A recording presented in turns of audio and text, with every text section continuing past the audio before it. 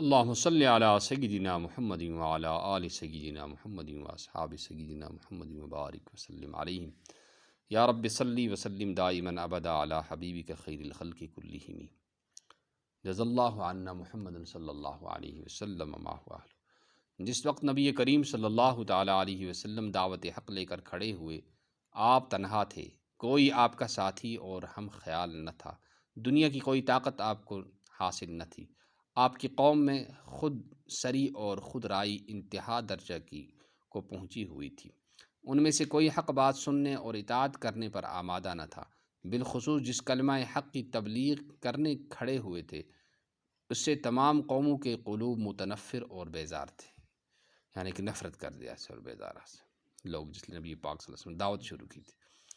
ان حالات میں کون سی طاقت تھی جس نے ایک مفلس و نادار، یعنی ایک نبی پاک صلی اللہ علیہ وسلم، کوئی مال بھی نہ آسا اور کوئی ایسے فورس بھی نہ آسا، بے یار و مددگار انسان نے تمام قوم کو اپنی طرف کھینچا۔ اب غور کیجئے، آخر وہ کیا چیز تھی جس کی طرف آپ نے مخلوق کو بلایا، اور جس شخص نے اس چیز کو پا لیا وہ ہمیشہ کے لیے آپ کا ہو رہا، یعنی جس نے ایمان قبول کر لیا، جو مسلمان بن گیا تو وہ کامیاب ہو گیا ہمیشہ واسطے۔ دنیا جانتی ہے کہ صرف ایک سبق تھا جو آج کا مطمخ نظر اور مقصود اصلی تھا، جو آپ صلی اللہ علیہ وسلم کا مطمخ نظر اور مقصود اصلی تھا، جس کو آپ نے لوگوں کے سامنے پیش کیا۔ اللہ تعبدوا الا اللہ ولا نشرک بہ شیئا ولا یتخذ بعضنا بعضا اربابا من دون اللہ، بجز اللہ کے ہم کسی اور کی عبادت نہ کریں اور اللہ تعالیٰ کے ساتھ کسی کو شریک نہ ٹھہرائیں، اور ہم میں سے کوئی دوسرے کو رب نہ قرار دے خدا تعالیٰ کو چھوڑ کر، اللہ وحدہ لا شریک لہ کے سوا ہر شے کی عبادت اور اطاعت اور فرمان برداری کی ممانعت کی، اور اغیار کے تمام بندنوں اور علاقوں کو توڑ کر ایک نظام عمل مقرر کر دیا، یعنی اللہ کے سوا جتنے بھی تعلقات تھے، جتنی بھی پابندیاں تھیں، ساریاں پان کر ایک دین اسلام دا عمل اور ایک نظام قائم کیا، اور بتلایا کہ اس سے ہٹ کر کسی دوسری طرف رخ نہ کرنا۔ اتبعوا ما انزل الیکم من ربکم ولا تتبعوا من دونہ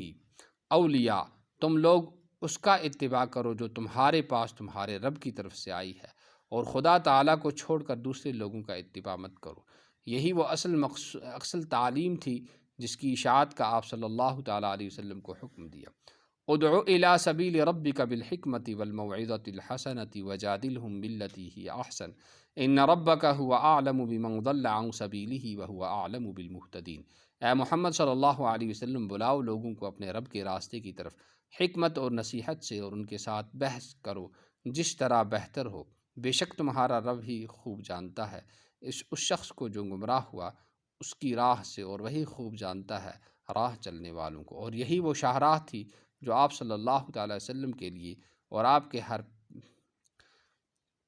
پیروں کے لیے، یعنی آپ کے ماننے والے کے لیے مقرر کی گئی تھی۔ قل ھذہ سبیلی ادعو الی اللہ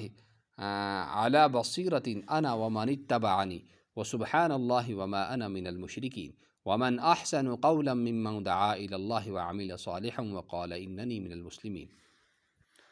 اے محمد صلی اللہ علیہ وسلم، بلاؤ لوگوں کو اپنے رب کے راستے کی طرف حکمت اور نصیحت سے، اور ان کے ساتھ بحث کرو جس طرح بہتر ہو، بے شک تمہارا رب ہی خوب جانتا ہے اس شخص کو جو گمراہ ہوا اس کے راستے سے، اور وہی خوب جانتا ہے راہ چلنے والوں کو۔ کہہ دو یہ میرا راستہ بلاتا ہوں، یہ میرا راستہ ہے، میں بلاتا ہوں میں اللہ کی طرف سمجھ بوجھ کر، میں اور جتنے میرے تابع ہیں وہ بھی، اور اللہ پاک ہے، اور میں شریک کرنے والوں میں سے نہیں ہوں۔ اور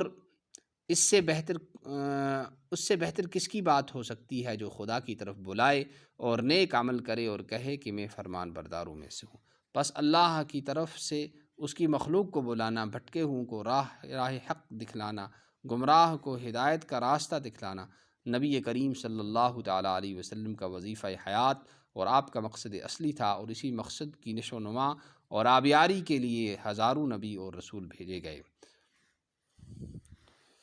سبحان اللہ۔